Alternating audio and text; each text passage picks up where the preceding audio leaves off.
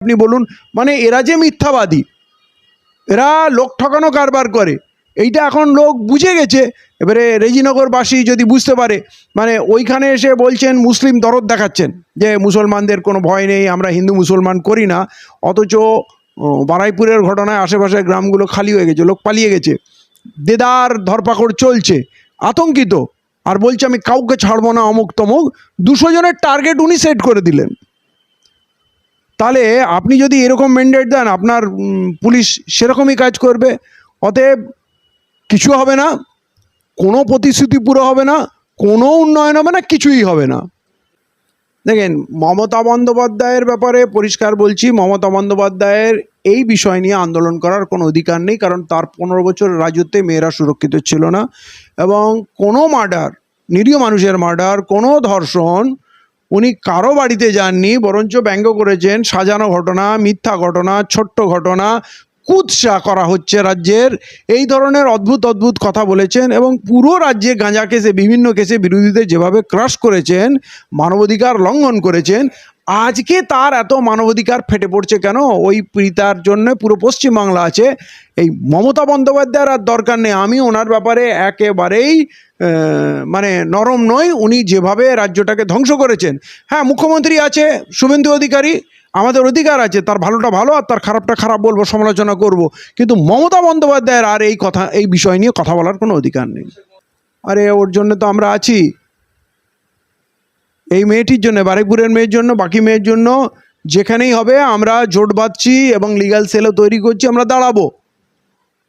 অভিষেক, যার দ্বারা পুরো রাজ্য অত্যাচারিত, এই পুষ্পা, এই শওকত, এই শাহজাহান, আরও এরকম হাজার হাজার যে ক্রিমিনাল তিনি পুষে রেখে রাজ্যের মানুষকে অত্যাচার, এখন উনি বিচার দেবেন, কেসের খরচ দেবেন। তাহলে আনিস খানের বিচারটা করেননি কেন? আবু সিদ্দিকির বিচারটা কেন করেননি? আপনি প্রিয়াঙ্কা হাসদার করেননি? আপনি বাহা কিস্কুর বিচার কেন দেননি? কারো বিচার দেননি, আর এখন বড় বড় কথা। তো এদের কথা আমি বলবো বাংলার মানুষ আর যেন না শোনে। এরা আমাদের যা করেছে, আমাদের সেগুলো ভোলা উচিত না, সেগুলো মনে রাখতে হবে। উনি হয়তো ধর্ষণ বিশেষজ্ঞ হয়ে গেছেন। আমি জানি নিজের মেয়ে হয়, পরের মেয়ে হয়। আবার উনি বিজেপির এখন এমএলএ, অতএব বিজেপির বিরুদ্ধে যাবেন না। ওনার মেয়ের প্রতি অন্যায় হয়েছে, আর এই বারুইপুরের কেসে অন্যায় হয়নি, ওটা ছোট ঘটনা, লঘু ঘটনা, মেয়েটাও ছোট ছিল।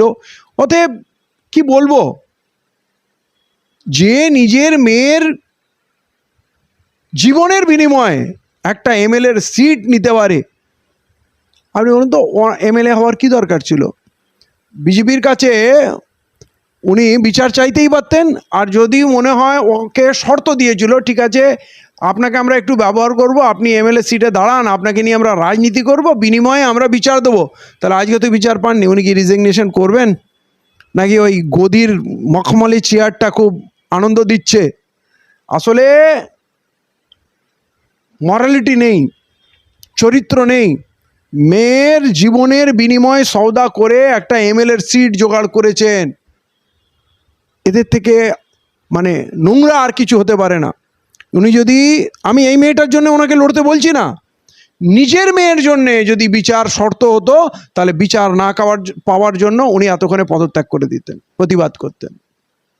দেখেন, বিজেপির ননস্টপ বিজয় মিছিল চলছে, যেটা ডিম থেরাপি, এটাই বিজয় মিছিল।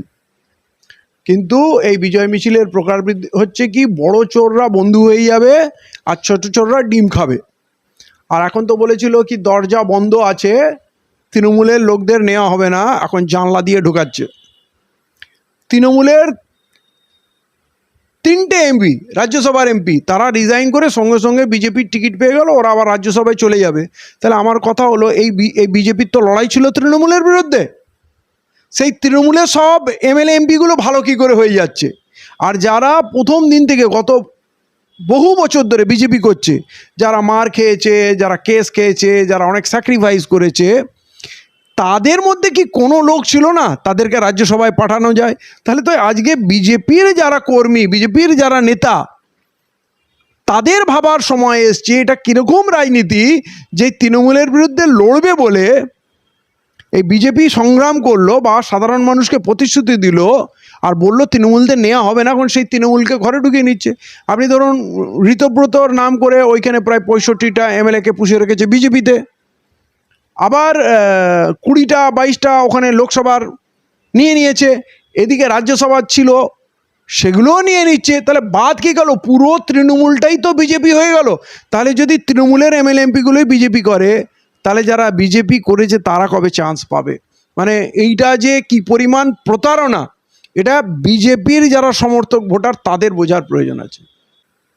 নেতাজি সুভাষচন্দ্র বোস ফরওয়ার্ড ব্লক করেছিলেন এবং শ্যামাপ্রসাদ মুখার্জির ঘোর বিরোধী ছিলেন, এবং এইটাও বলেছে যেখানে কোনো প্রকাশ্য সভা শ্যামাপ্রসাদ মুখার্জি করতেন তার 2-1 দিনের মধ্যে গিয়ে নেতাজি তার বিরোধিতা করতেন, কারণ তিনি কট্টর সাম্প্রদায়িকতা বিরোধী ছিলেন এবং এদের এই সাম্প্রদায়িকতা দেশকে ধ্বংস করে দেবে, এটা নেতাজি বারে বারে সাবধান করেছেন। কিন্তু ফরওয়ার্ড ব্লকের কোন কোন গুন্ডা শ্যামাপ্রসাদ মুখার্জিকে বা তার লোকজনকে মেরেছে তাদের একজনের নাম বলতে পারবে কি? এইটা কিন্তু একটা প্রোগ্রাম প্ল্যান করছে যে আগামী দিনে ফরওয়ার্ড ব্লকের, এরপর ফরওয়ার্ড ব্লকের পর দেখবেন বামপন্থীদের মারবেরা। আজকে একটা ভিডিও দেখছিলাম, সিপিএমের লাল ঝান্ডা বিজেপি কর্মীরা পোড়াচ্ছে, এটা কিন্তু ইনস্টিগেশন। এটা আজকে তাদের ঝান্ডা পুড়িয়েছে, কাল তাদের পার্টি অফিস পুড়িয়ে দেবে, এরপর দেখবেন সিপিএমের কর্মীদের, ফরওয়ার্ড ব্লকের কর্মীদের রাস্তার মধ্যে পেট্রোল ছিটে জ্যান্ত জ্বালিয়ে দেবে। এটা একটা ফ্যাসিস্ট বর্বর, এরা কিন্তু এজেন্ডা প্ল্যান্ট করছে, কারণ এদের লড়াই কমিউনিস্টদের সঙ্গে আর মুসলিমদের সঙ্গে মূল লড়াই। কারণ কমিউনিস্টরাও আদর্শগতভাবে, ব্যক্তিগতভাবে অনেকে কম্প্রোমাইজ করতে পারে, কমিউনিস্টরা আদর্শগতভাবে আরএসএসের বিরোধী, সংঘ পরিবারের বিরোধী এবং মুসলমানরাও বিরোধী। তাই এরা মুসলমানদের এবং কমিউনিস্টদেরকে প্রধান শত্রু হিসেবে চিহ্নিত করেছেন। এটা স্টোরি লেখা হচ্ছে, এর পিছনে গল্প আছে। আগামী দিনে কিন্তু বামপন্থীদের উপরে এরা যে নির্মম কঠোর অত্যাচার নামিয়ে আনবে, এটা তার সংকেত। আগামী দিনে এরা সুযোগ পেলে কিন্তু এটা করবে।